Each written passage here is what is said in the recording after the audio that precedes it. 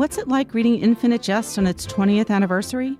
David Foster Wallace's editor, Michael Pietsch, and his friend Tom Bissell, who wrote the foreword to the new edition, will join us to talk about Wallace and his work. Infinite Jest is a very, very funny novel about people in great pain, and through their lives shows people working through the many, many forces that can make life hard.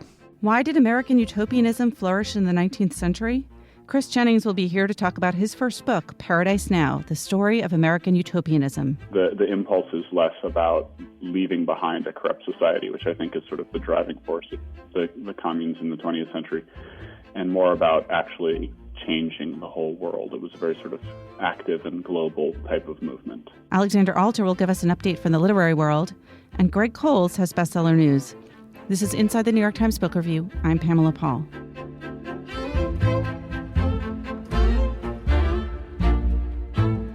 Michael Pietsch, the CEO of Hachette Book Group, joins us now to talk about David Foster Wallace. Hi, Michael. Hi. Thanks for being here. I'm thrilled. So it is the 20th anniversary of Infinite Jest, and you have published a new 20th anniversary edition with a foreword by Tom Bissell.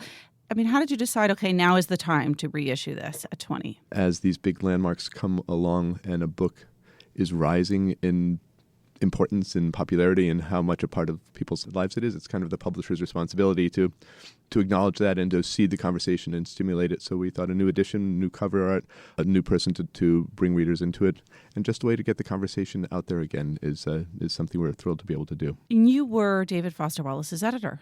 Yes, I had the enormous privilege of working with him on this book and some others. This was the first book that you worked on him with. This was the first, yeah. So tell us the story. He had two previous books, The Broom of the System and Girl with Curious Hair. Right. How did this book sort of come to you, and tell us about your first meeting with him? And I had been introduced to his work by his literary agent, who sent me some stories in obscure magazines, and which just blew the top of my head off. I was just enraptured from the first story of his I ever read. I got to meet him at one point when he was in New York, and this was the agent, Bonnie Nadell, doing her job, preparing for David's future because she knew he was working on a new novel, and at some point she might have to consider who he would be published by. And there came a moment when I received a portion of the manuscript. I think it was around 150 pages. It was pretty much the first 150 pages of the book. If you've read it, you can imagine how much it leaves to the imagination. It's a bunch of different starts and pieces, but I was quite ardent to have the opportunity to publish it and was thrilled to win the chance to do so. And you say to win the chance to do so. I mean, were people at that point sort of eager to sign him on? Was he sort of vetting people? How did that process go? It was kind of a cult at the time. The agent doesn't say to you how many people they're talking to. I have the impression after the fact that she was just talking to a very, very small number of editors who she thought David might work well with, who he had kind of agreed to contemplate. I think it was really just between Little Brown and One Other House, ultimately. And so during those conversations, assuming that there were conversations with you and David at the time, did you get the sense that he was looking for something in particular from his editor? He knew that he was writing something really big, just demanding on people's attention, and he wanted to work with someone who he felt he would listen to, and he somehow decided that he might respect what I had to say, or at least give it consideration. I think I came to understand later that he had not felt that had gone as he had wanted in the past, that he was too dismissive of his editors. Our mutual goal, what he wanted me to do, was help him make the book as short as it could be and still be itself. So I want to talk a lot about the process, but before we get there, I'm going to assume that not all of our listeners have read Infinite Jest. So if you were the person doing the kind of the summarizing, the elevator summary, the barest description, what is this book about? Infinite Jest is a very, very funny novel about people in great pain. It's a novel about a world in which entertainment and pleasure is abundant and so easy to get that it kind of is damaging to the soul. And it's a novel that goes deep inside a large number of people who are recovering drug addicts, alcoholics, and people in a kind of entertainment industry. And through their lives shows people working through the many, many forces that can make life hard. In that description, you don't give the name of a main character, who the protagonist is, sort of what the plot is. Yeah. But if you had to do that, It's yes. The plot. The story is it twines basically two stories. There are outside Boston at an unspecified point in the future. There are on a hill outside Boston. There is a tennis academy, a family-run tennis academy. One of whose students is the son of the founders, who's a kind of tennis prodigy and marijuana addict, a secret marijuana addict. And down the hill from that is a drug and alcohol recovery center, a home for people who have come through various legal reasons that they have to be in this program or they're going to end up in prison. So they're the strands of the lives of these two people in these two places, and their lives twined together with a kind of a very hyperbolic, almost science fiction-y superstructure of a plot involving Canadian terrorists and an entertainment so good that it's lethal. People who sit down in front of this entertainment never get up again. They die watching it. It's interesting that you said almost science fiction-y. Did David Foster Wallace think of this as science fiction? No, I don't think that there was any intent to go that far. He wanted freedom to make fun of our world by going a little bit farther into the future. So, for instance, he imagined an America that has kind of taken over Canada and Mexico. America is so commercialized that every year they license the right to name the year. So the year is set mostly in a year called the Year of the Depend Adult Undergarment. And it's followed by the Year of Glad and the Year of the Purdue Super Chicken. Mm-hmm. It's a very funny novel. The way David set out to do this was to make a book so funny that you would keep going through its great length and its great complexity of character and plot. You mentioned that he gave you 150 pages to start and that you knew it was going to be big. Did you know it was going to be big in terms of length as well as in terms of its ambition and its scope?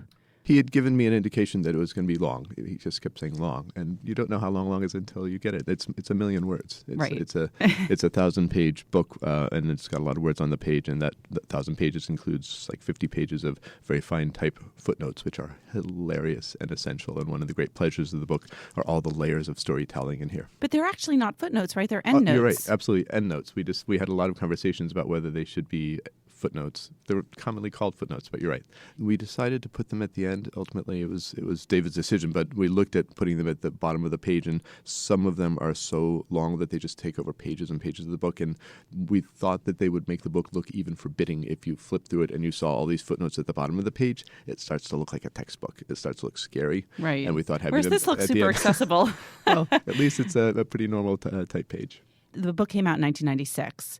When did he start writing it? How long was he working on it? When did he sort of hand in more pages to you? I'm sorry, I don't have the chronology clear in my head. I know that between when we signed the contract and when it was published was something at least 3 years. Mm-hmm. And he'd been working on it for many years before that. The working process was it came in batches, and he would ask for response to a partial book, and it's really hard to give a response to a partial book because you don't know how much something matters until you see the whole thing. So I quickly realized all I could do based on these partials was tell him where I was confused and where I was finding it hard or slow. And sometimes confusion is the writer's intent. Sometimes the writer wants you to wonder about something.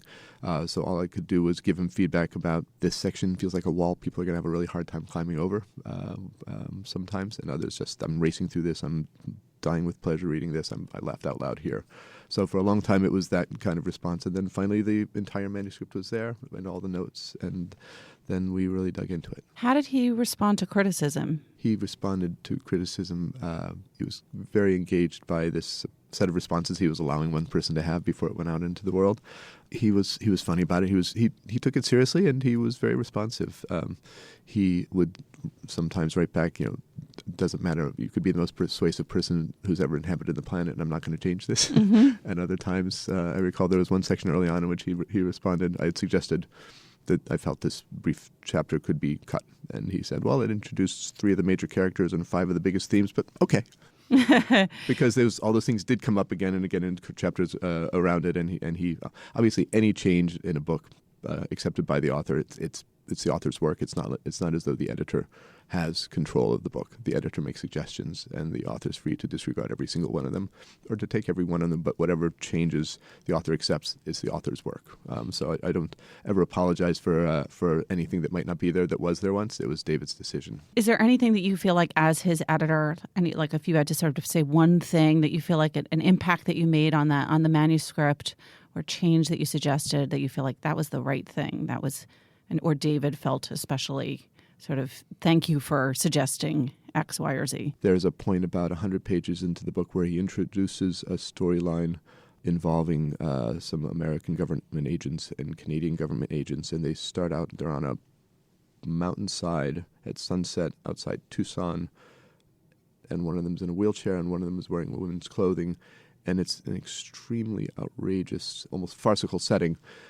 And it's full of very serious content, and one of the characters speaks in a very, very heavy French accent, translated onto the page. And a great deal of information is conveyed in their conversation, and it was just hard to make sense of. You don't like to imagine things in French. And there were quite a few conversations about why it was so hard and what might be done. And he came up with a solution. I don't recall it precisely. It was something about the number of levels. I think it was that someone who was pretending to speak in a bad French accent was what he was trying to convey. And then he realized it should just be someone speaking a bad French accent. Because they might not perceive that added layer of... But he was very concerned that readers get to take it in, that they not give up. He wanted a book that people would not stop reading. And so anytime he felt that I was helping him do that, then he took the advice. And when he didn't, he just said, there was one scene that I recommended taking out because it came out very, very cleanly. It didn't really attach to anything else. And it was a great, great scene, but I recommend cutting it. And it's a scene called The Rise and Fall of Video Telephony. And it's one of the first things people talk about when they talk about how much they love the book. And he just said, "You're out of your mind. I've read that aloud. People laugh like crazy. We need set pieces that people laugh at." And he was absolutely right. We were talking earlier before this podcast about his nonfiction, which some people consider to be a kind of a gateway to his fiction. Specifically, we're talking about a supposedly fun thing, I'll Never Do Again. And you were saying that there's a real relationship between that essay in particular and this novel. The essay, A Supposedly Fun Thing I'll Never Do Again, is his story of going on a cruise ship. He was assigned by Harper's Magazine to go during a period when cruises were becoming very popular, just to go have that experience and write about it. I love reading that together with Infinite Jest because they share the impulse and that they're both about too much pleasure and the sadness that comes out of that, and they just twine around each other beautifully. I feel like people who have read and enjoyed A Supposedly Fun Thing I'll Never Do Again will respond very deeply to Infinite Jest. Did David Foster Wallace, did he know how funny a writer he was? David worked very, very hard at being funny. Yeah, no, he loved the pleasure of laughter. I didn't see him read in public many times, but he got a great audience response both from his written work and from his comments in real time, from his conversation. He was a very, very funny man. Did he know the ending of this book when he went into it? I can't answer that question. It's such a huge endeavor, and the book doesn't really have a clear ending. It's one of the things that the book talks about is what he calls anti-confluential drama, which is drama that has all the pleasure of drama, but without narrowing to a clear finish. Mm-hmm. So when you get to the end of Infinite Jest, you start searching back for the clues that will help you understand the ending that might be layered within a footnote or a chapter much earlier, or even in the very first chapter, there's a clue to something very, very important. I think he had this very, very big construction in mind, whether he knew the ending. And when you say that there's this clue, is that something that he told you about, that you immediately recognized yourself, that you discussed? No, it's just that every story there is a kind of a MacGuffin, and the MacGuffin is this cartridge entertainment that is the Infinite Jest, the lethal entertainment. There's a big mystery about who it was created by and where it might have ended up. And there's a line about that in the very first chapter, before you've even met any of these characters or have any idea that this is going to become of interest, but it's there right at the start. And now when the book came in and you had edited it and you showed it around to others you were working with at the time, what was the response? Did anybody say, wait a minute, we can't, this is too much, it's too big, or was there sort of universal acceptance and consensus? As the book was coming in, there was a kind of cadre of friends within the company and outside of the company who were very excited by the books David had written before, who were asking about it and looking for opportunities to read it. So there was a great deal of excitement about it among people who cared about David's work, and within the company and among writers out in the world. There were people dying to read it when it came in and to comment on it. This was a small group of people. Not many people had read his first two books. The sales were very, very small. But it was an influential group and a group of people with big voices. So our challenge was to activate those voices, to get them to help us talk about it, and to try to make the book's length not a problem, to turn it into an asset. That seemed really important. It felt really important at the time. I mean, there's just a human resistance to the idea of picking up 1,000-page books, and there have been a couple of really fat books that had come out in the previous couple of years by serious writers that I'd seen just go by without really getting much notice.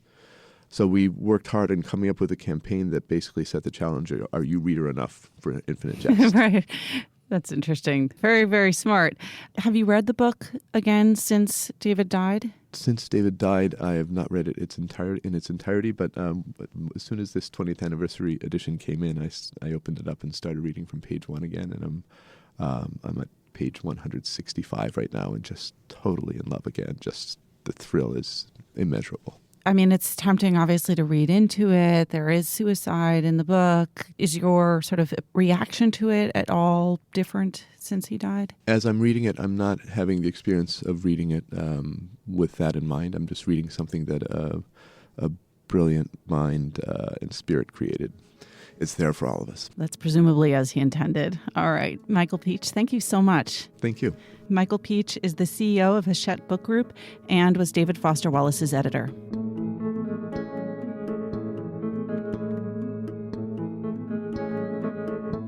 Tom Bissell joins us now. He wrote a new foreword to the 20th anniversary edition of Infinite Jest by David Foster Wallace. Tom, welcome to the show. Thank you for having me on. Tell us how you knew David. So I knew who David was, obviously, long before I became friendly with him. I'd read, all of the books that he'd written up till that time. But I became acquainted with him through Jonathan Franzen, who I've been friends with since 1996, right after I moved to New York City.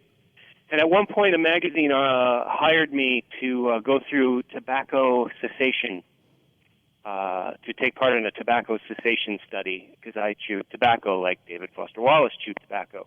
And Franzen put us in touch, and I think he and I had like a 3.5-hour telephone conversation about why we kept doing this objectively disgusting thing. And from there, just sort of a friendship began. Well, that's how most friendships arise between writers. Yeah, and I have quit. I feel obliged to say that I no longer do that. But since we're on that topic, before we get on to Infinite Jest, what insight did David have about the chewing of tobacco?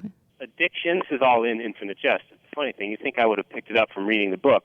Addiction worms its way into your brain so completely that it implicates every decision-making motor in your head. And so at a very real point, your own mind doesn't have your best interests at heart, if you can tolerate that mixed metaphor. And Dave really made me realize that every time I tried to quit with like willpower or do it for this person or this person, none of that stuff was ever going to work. It was all doomed to failure. That you almost had to have, for lack of a better word, a kind of spiritual breakthrough about why you hurt yourself with these substances. And keeping that in mind was really what allowed me to finally quit tobacco years and years later. That does actually sound like a great insight. Is that, I'm assuming, in Infinite Jest? And had you read it before that point? I had, yeah. And when we were talking about this stuff, he could have just been reading sections of the book aloud to me.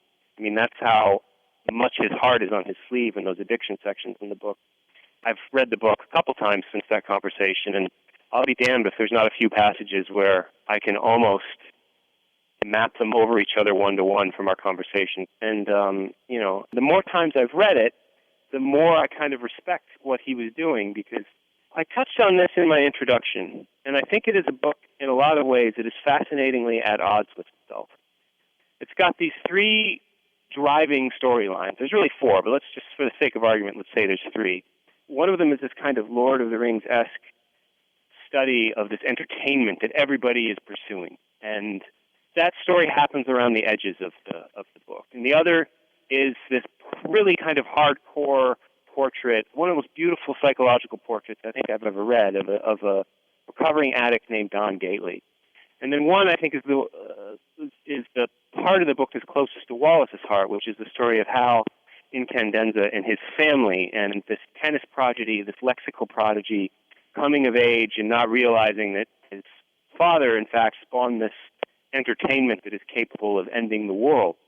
And these three stories all sort of intersect and crisscross with each other, and yet they don't really pay off in the sense that a traditional novel would pay them off. The end, as a lot of people know, is actually in the first 10 pages of the book, mentioned in a sentence, because the book sort of stops before these three stories all converge as you're expecting them to. And you have to go back and read those difficult first 40 pages to find a one-sentence mention of what actually happens when the book cuts off.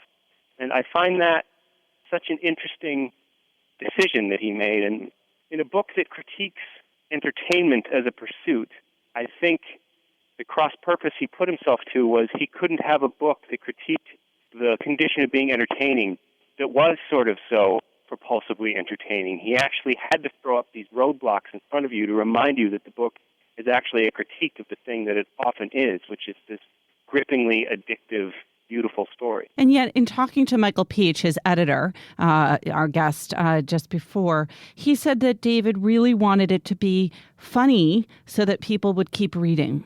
I think it is one of the funniest novels I've ever read. And when I was looking for sentences to quote in my forward, just paging through it, I think I filled up, 3 pages of sentences that just make your hair stand on end, and sentences that are so funny and so beautiful.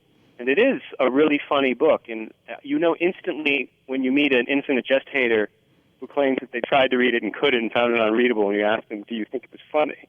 And if they say no, you know one of two things. They're lying, or they have absolutely no sense of humor. That's true. There can be a litmus test. One interesting thing about Infinite Jest is he wrote this presumably in the early 90s. I don't know if he began it even before then, but it came out in 1996. Yet you call it the first great internet novel. Why? The book anticipates a kind of entertainment that grabs hold of us and doesn't let go, that I think Dave looked into television and saw this metaphor for this thing that is so watchable, so brain-erasingly watchable, that it creates a nation of people who are literally entertaining themselves to death. And he got there from television. Marshall McLuhan, I think, said something kind of similar before Dave, but Dave embodied his fears in fiction rather than cultural critique. But when you project forward 20 years later, and if you can tell me that you don't see in the metaphor of the entertainment of the film Infinite Jest and the book Infinite Jest as an analog for things like Netflix, things like 60-hour-long video games, things like social media where you're just constantly hitting a refresh button and devouring, as I say, the ordinary thoughts of your friends and yourself, I think the film in the book is predictive of a lot of that stuff, not in a one-to-one sort of way, but definitely in a spiritual way. Reading this novel now, after David Foster Wallace's death, is this the first time that you read it since he died? It was the first time since he died that I'd sat down and read it all the way through again, and I will not lie and say that there's parts of it that were really hard to read.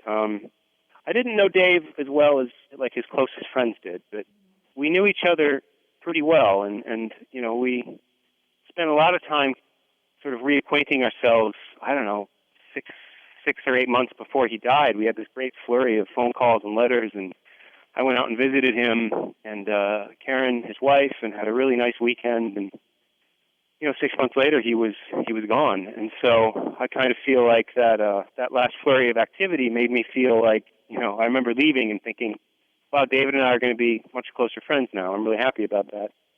And I don't think I was really prepared for the way he was going to go, like a lot of his really close friends were. Reading the book, there were parts of it that, when characters talk about their depression, you get a glimpse of some of the stuff I think he had felt and wrestled with his whole life. In particular, Kate Gompert has a wonderful painful, painful section where she talks to this resident doctor about what depression feels like, and she likens it to needing to throw up, that feeling that I need to throw up, but it's not just in your stomach, it's in your whole body. And I will tell you that when I came to that section and read that, I kind of had to put the book down, and I wondered to what degree that was an autobiographical sentiment. And if it was, I feel, and I'm not the first person to say this, that, his perceptiveness and his sensitivity to the world around him was both, I think, for him, his great blessing as a writer, but I think it manifested itself emotionally in ways that I think made it very hard to be David Foster Wallace sometimes, and it really filled me with a lot of anguish, as someone who loved him, both as a person and as a writer. Some people, our listeners, will have read Infinite Jest and know exactly of what you speak, but of course others haven't. And if there's one thing that you could say that would pique people's interest in this book 20 years later, what would it be?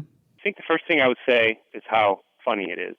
And it's funny in both a slapstick way and it's funny at a linguistic level. I mean, he has a way, he puts English on his sentences in a way that is really inventive and completely new feeling. A lot of people have tried to write the way the kids are talking these days, but he just didn't write like that. He thought like that. And all these new technologies that had sort of come up in his and my and our lifetimes, he somehow knew how to pinpoint in language on the page and make it seem naturalistic. And that is, I think, one of his greatest accomplishments. Another thing I would say is that its hold of character, its view of character is really deep. And I've never read a book that has more characters in it, many of whom are very different from each other, and yet they all feel unbelievably real. A lot of people praise the book for its sentences, for its Pynchonesque science fiction-y plot, for its predictiveness. But to me, the things that make the book that it is are the beautiful sentences and his empathy for his fictional people as a writer. And those are the things that I think everyone from, George Eliot to Jane Austen to Herman Melville to Saul Bellow to Marilyn Robinson today all have in common. They care about the sentences and they care about the lives and well-being of these people that they invent on the page. Tom, it's no wonder that you wrote this excellent foreword, which we excerpted in the book review this week. Tom Bissell, thank you so much for joining us. My pleasure. Thank you.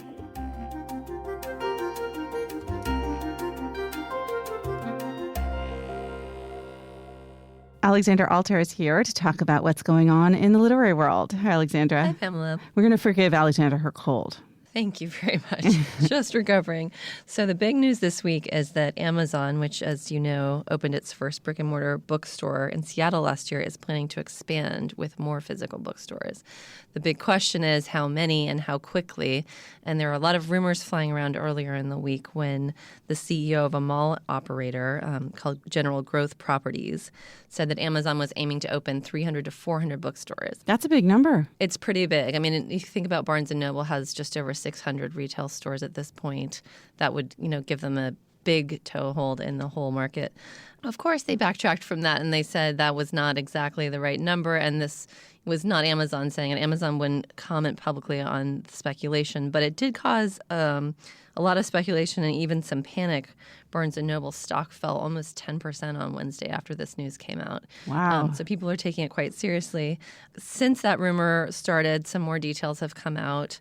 The publishing website Shelf Awareness, which is well-run and well-sourced in publishing, said that Amazon's plans are more modest. They're looking at about a dozen stores.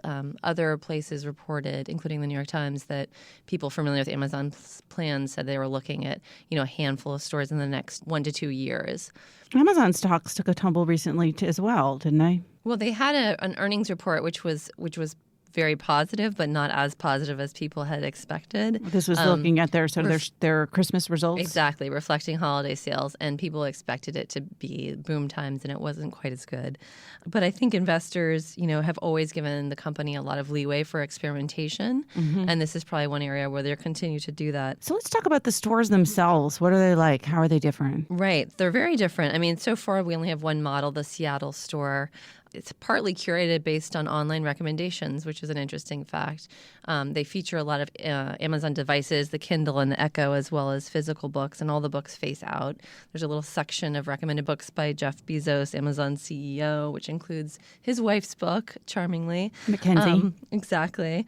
But, they are always tinkering with things. And one of the interesting details that came out this week, it was reported by Recode, actually, that the person who's going to be leading their bookstore initiative is Steve Kessel. He's a longtime Amazon executive who helped launch the first Kindle e-reader, and he's very close with Jeff Bezos. And the other thing that Steve Kessel was involved in was applying for a patent, which kind of suggests a little bit about what the store will be like. Everyone's reading the tea leaves here. Exactly. One of the aspects of the patent, it was a retail kind of experience where somebody could walk into a store, grab something off a shelf, and walk out without ever stopping at a cash register. The other thing that came out is, just as Amazon is, not commenting on their plans, people discovered a job posting for booksellers in the San Diego or La Jolla area. Just in case you think you might be qualified, here's what they're looking for in the job posting. Quote, "You love the excitement of running a bookstore. You have a flair for leading teams and adjusting your leadership style based on the situation. You enjoy reading and keep yourself updated on the latest in the digital device front." So I don't know if that sounds like when you I or worked not. at B. Dalton in the 80s, we did not have that in our job description. It really shows how the bookstore is not going away. I mean, that was a fear a few years ago when Amazon was growing so quickly. People were panicking, independents were closing, Borders went out of business. Now we're seeing a real resurgence, not only in the number of independent bookstores, but in their sales and revenues. And I think there's now an understanding within Amazon that, physical bookstores are actually still the best place for people to discover new books, things they didn't really know they were looking for. And they want that to be one facet of their overall kind of domination of the book market. Yeah, it's interesting. Even when Borders sort of went down, people didn't ask, was it a question of there not being a market, or was it a question of sort of this company or this particular company not doing the marketing well or not serving the market well? Right. And one of the things that they did at the end was kind of throw everything at the customer. They went beyond books. They started, expanding their retail offerings. You're seeing books and music and TV. Exactly. And you're seeing Barnes & Noble sort of doing the same thing. And it's a reasonable thing to try to, continue to get the broadest customer base possible. But at a certain point, you wonder if you're alienating your core audience, people that are there for the books themselves. And so I wonder if that might contribute to the fact that Barnes & Noble has been really struggling, whereas independent booksellers as a whole have been doing better. I had lunch with a friend yesterday who'd visited the Seattle store, and she made an interesting point. She said that a lot of bookstores display books. The Amazon bookstore sells books. Oh, that is interesting. That's a good distinction. So we'll see if that's a prediction of sorts. Yes. All right, Alexandra, thank you. Thanks.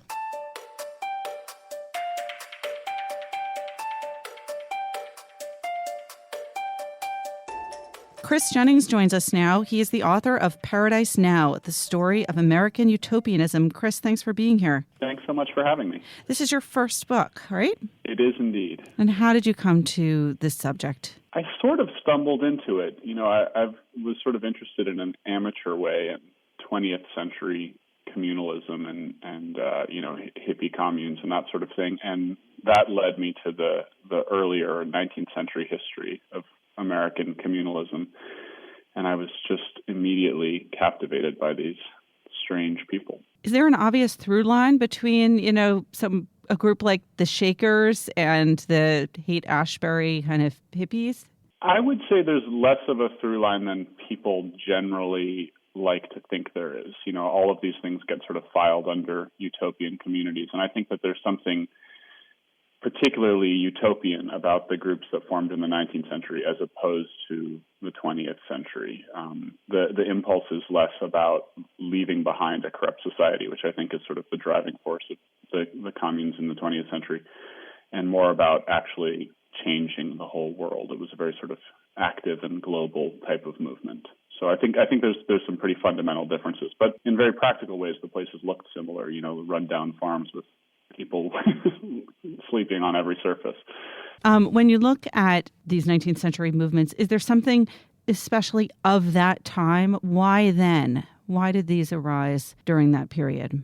I think that there was sort of a confluence of forces that made these ideas appealing to people in that time. I mean, what I think is most interesting about this chapter of American history is that these are very, very smart, reasonable, hardworking, sort of familiar to us Americans, bankers and preachers and farmers, sort of salt of American society, who are adopting some extremely radical ideas. And so that's sort of what's most exciting. And I think that the circumstance that allowed that to happen was a confluence of what was going on in religion at the time, the sort of Second Great Awakening, and the surge of millenarian religion, the belief that the sort of golden age that's promised to us in the Bible was on the brink of commencing, and this sort of Enlightenment sense that the world is going to continue to improve, with each passing decade. And that sense was sort of peaking after the American Revolution, both here and in Europe. So those are sort of the driving forces. This religious idea and this distinctly secular Enlightenment idea kind of merge. You divide the book into 5 sections, looking at 5 different movements, and starting, I think, as many would expect, with the Shakers. What are the other 4? The other 4 are, so after the Shakers, I talk about the community of New Harmony, which is in Indiana, founded by Robert Owen, a Welsh industrialist and socialist who was influenced by the Shakers. He comes over in the 1820s. And then the next group I write about are the Fourierists. And there I write both about Charles Fourier, who was the man whose ideas were picked up by a lot of Americans in the 1840s. He himself never comes to the U.S., but he has several very passionate followers who spread his ideas in the U.S., and they established communities all over the northern part of the country in the 1840s. And from there I go to the Icarians, who are French communists, followers of a guy named Etienne Cabet, who was sort of the leading communist in France for a little while. And they come also in the 1840s to Texas to try and build their sort of utopian community, and end up moving to Illinois, then Iowa, and finally California. And then the last group, which is the only of these groups that doesn't have its origins in Europe, is the Oneida community, which a lot of people probably remember from high school history class. But they were in upstate New York, a sort of community devoted to what they called Bible communism and perfectionism. And they most famously practiced a sort of free love. As you said, 4 of these groups had origins in Europe, but were they fundamentally American? I think they were fundamentally American because there was for their founders, who generally were getting their start in Europe, there was something about the presence of the North American continent sort of across the ocean that inspired them to think that these ideas, which they were, cooking up in London and Paris, were plausible. This sort of emptiness of, or at least what they imagined as the emptiness of the North American continent, inspired their utopianism. And then, of course, the people who populated these communities were, for the most part, Americans. The Icarians were the only ones who, in which the actual citizens of the community came from Europe. They were mostly French. But the rest were, the ideas might have been European, but the people trying to put them into action were American. Well, let's start with one of the founders of those movements, and perhaps the mother or ghost of all of them, Anne Lee. Who was she? Anne Lee was a person who, if she hadn't had a series of religious revelations, would be completely lost to history. She was born in a sort of a slum, basically, in Manchester at the very early stages of the Industrial Revolution. And Manchester, of course, becomes sort of ground zero for industrialism, across the globe. It's where the textile industry booms, and that was sort of the first industry to make use of large new machinery and mass production. So Lee is born into extremely impoverished circumstances. We don't even really know the name of her mother, and the same would be true with Anne if she hadn't taken up with a small prayer group, which she eventually becomes the leader of, and they're known around Manchester as the Shaking Quakers, because one of the way they express their union with God is by sort of shaking and leaping around. And she becomes the leader of this group and decides to bring them to the United States to build what she thinks as the sort of stronghold for the millennium that she thinks has begun. Her revelation is that God doesn't want us to have sex, and once we stop having sex, the perfection of the human race and the earth will commence. So she's trying to get that ball rolling. And she comes over here, and she dies not that long after, just after the revolution.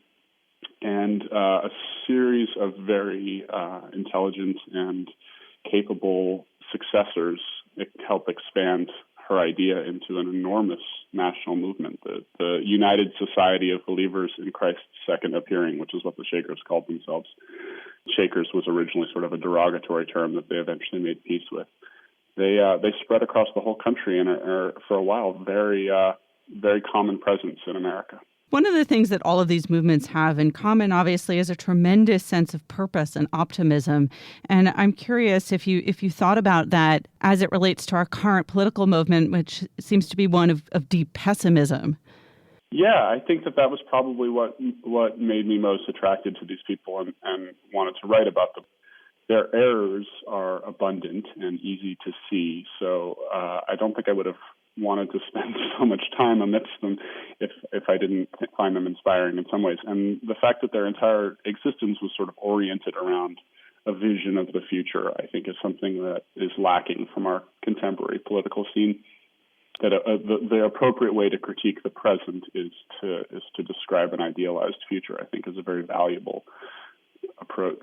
I'm assuming that these 5 movements had their differences, but what were the common themes and then what were the main points of departure? Yeah, I think what's most amazing about them is what they had in common. Just to start with where they differed, for instance, it's sort of amazing that the Oneida community, whose leading principle was free love, felt such solidarity with the Shakers, whose leading principle is no sex at all.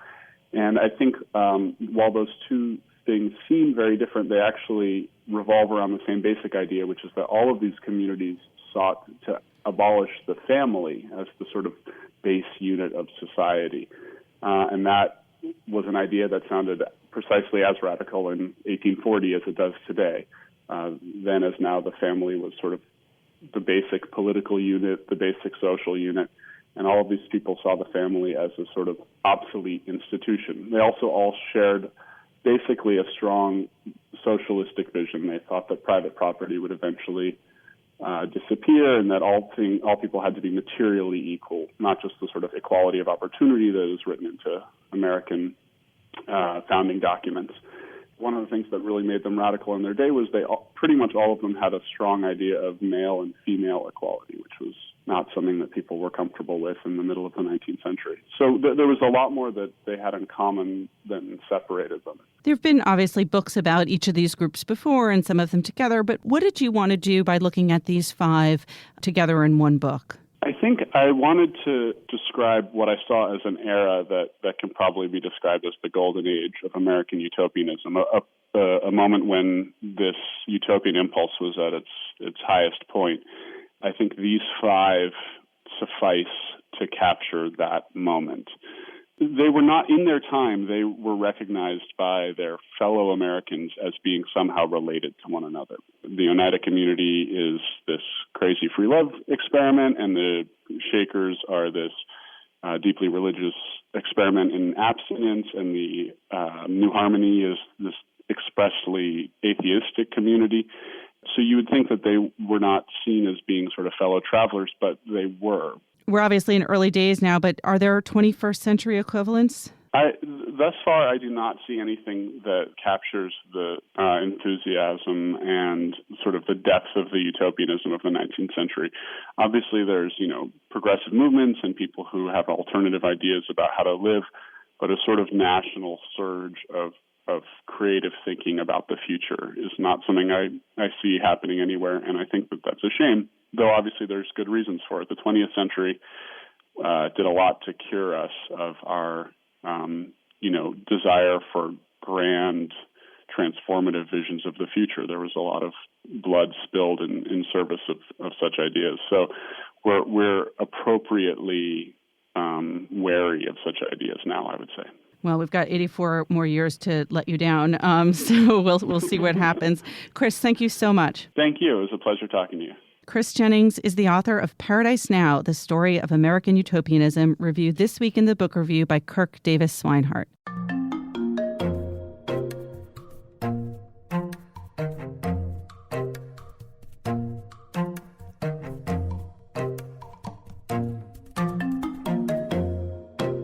Greg Cowles is here now to talk about bestsellers. Hi, Greg. Hi, Pamela. What's new on the list? On the fiction side, there are 3 new titles, starting with a novel called The Swans of Fifth Avenue, down at number 9. That's by Melanie Benjamin.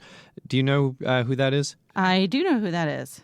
So she wrote a novel a few years ago called The Aviator's Wife that was also a New York Times bestseller. That was about Anne Morrow Lindbergh, Charles Lindbergh's wife. Before that, she had a novel called The Autobiography of Mrs. Tom Thumb. This is kind of her thing. She goes back into history and resurrects an actual historical figure and builds a novel around them.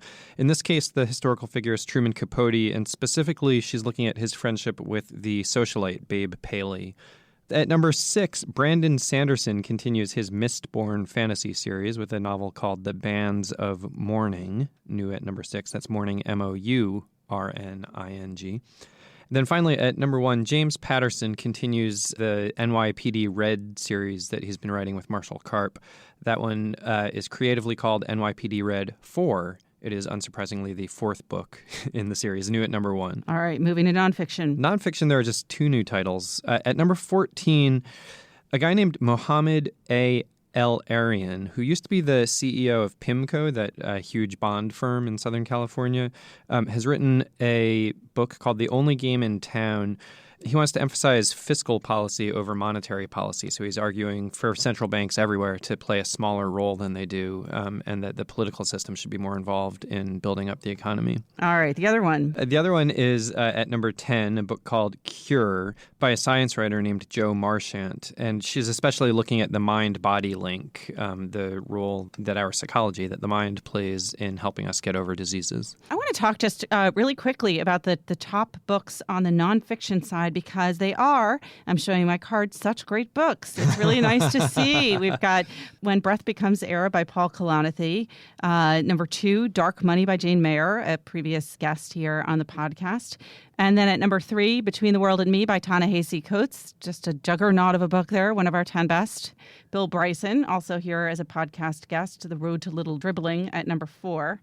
And then The Pope, who can argue with that? The Name of God is Mercy at number 5. It's just nice to see. Yeah, and all of those books have been doing well for a while now. This is the second week in a row that they are holding down the top 5 positions. All right, let's keep it going. Thanks, Greg. Thanks, Pamela. Remember, there's more at nytimes.com/books.